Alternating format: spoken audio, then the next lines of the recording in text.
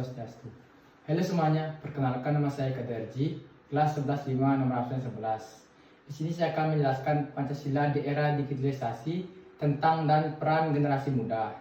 Di era digitalisasi, sekarang ini kita hidup di tengah arus informasi yang begitu cepat. Setiap hari, jutaan konten menyebar lewat media sosial dan dari sanalah kita mendapatkan informasi, hiburan, bahkan pandangan hidup. Tapi, tahukah kamu, di balik kemajuan teknologi ini, Pancasila sebagai ideologi bangsa ternyata menghadapi tantangan besar. Nah, dalam video kali ini kita akan membahas bersama. Pertama, apa yang dibahas dalam artikel tantangan Pancasila sebagai ideologi negara di era digitalisasi. Kedua, mengapa masalah ini bisa terjadi. Yang ketiga, apa solusi yang bisa kita generasi muda tawarkan. Dan yang terakhir, kesimpulan yang bisa kita ambil untuk masa depan bangsa kita.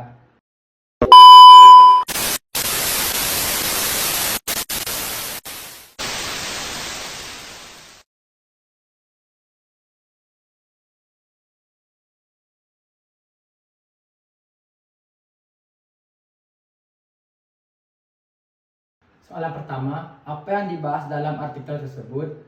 Artikel yang ditulis oleh Arima Mustajab di Kumparan ini membahas tentang bagaimana Pancasila menghadapi tantangan besar di era digitalisasi.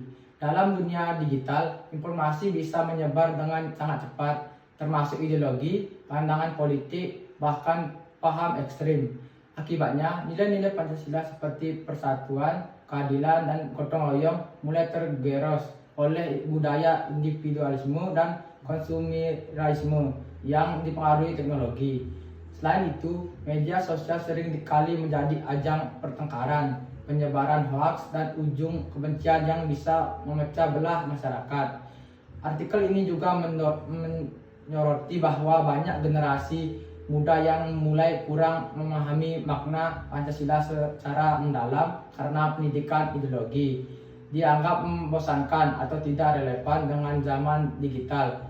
Singkatnya, artikel ini mengingatkan kita bahwa tantangan untuk Pancasila di era digital bukan hanya tentang teknologi, tapi tentang bagaimana nilai-nilai bangsa tetap hidup dalam kehidupan modern.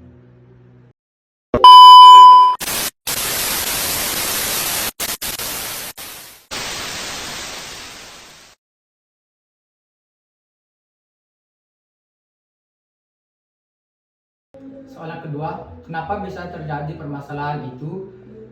Nah, lalu kenapa semua ini bisa terjadi? Pertama, karena perkembangan teknologi yang sangat cepat, dunia digital membuat batas antar negara seolah hilang, sehingga ideologi asing atau nilai-nilai yang tidak sesuai dengan budaya Indonesia mudah masuk dan menyebar.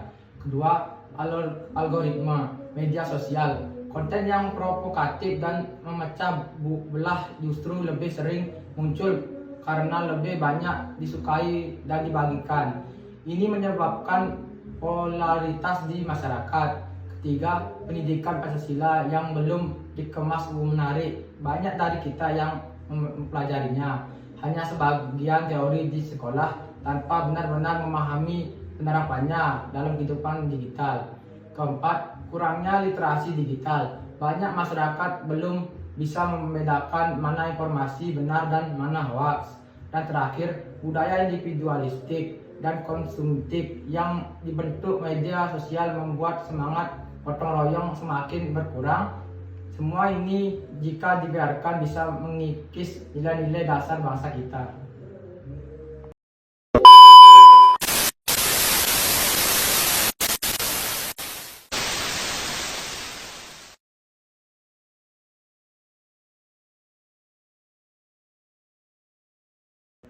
Soalan ketiga, solusi solutif dari penerapan muda. Lalu, sebagai generasi muda, apa yang bisa kita lakukan? Kita justru punya peran penting untuk menjaga agar Pancasila tetap hidup di era digital. Pertama, tingkatkan literasi digital. Jangan asal share, pastikan dulu kebenaran informasi.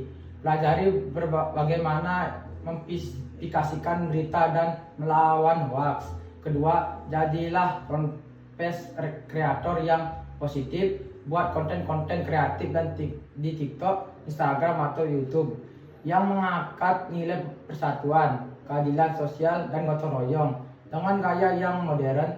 Ketika terapkan nilai Pancasila dalam kehidupan sehari-hari, baik online maupun offline. Misalnya dengan menghormati perbedaan pendapat di media sosial, tidak menyebarkan kebencian, dan tetap sopan berkomunikasi. Yang keempat, ikut aktif banyak komunitas anak muda yang bergerak untuk edukasi digital, literasi media, atau kampanye gotong royong secara online. Kita bisa bergabung atau bahkan membuat gerakan baru.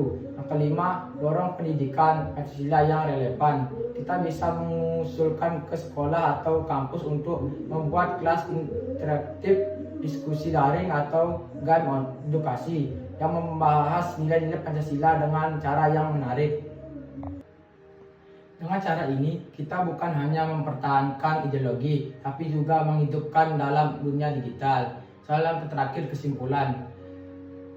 Era digital memang membawa banyak tantangan bagi Pancasila, mulai dari hoaks, polarisasi, hingga perubahan nilai sosial. Tapi di balik tantangan itu, ada peluang besar untuk membuat Pancasila semakin relevan dan hidup di tengah dunia modern.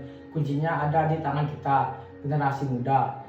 Jika kita bisa menggunakan teknologi untuk menyebarkan kebaikan, menciptakan konten positif, serta menerapkan nilai Pancasila di dunia maya, maka digitalisasi budaya ancaman justru menjadi alat untuk memperkuat ideologi bangsa. Mari kita buktikan bahwa Pancasila bukan hanya warisan masa lalu, tapi panduan hidup yang tetap kokoh bahkan di tangan arus digital dunia modern. Sekian dari saya ucapkan terima kasih. Om Santi, Santi, Santi.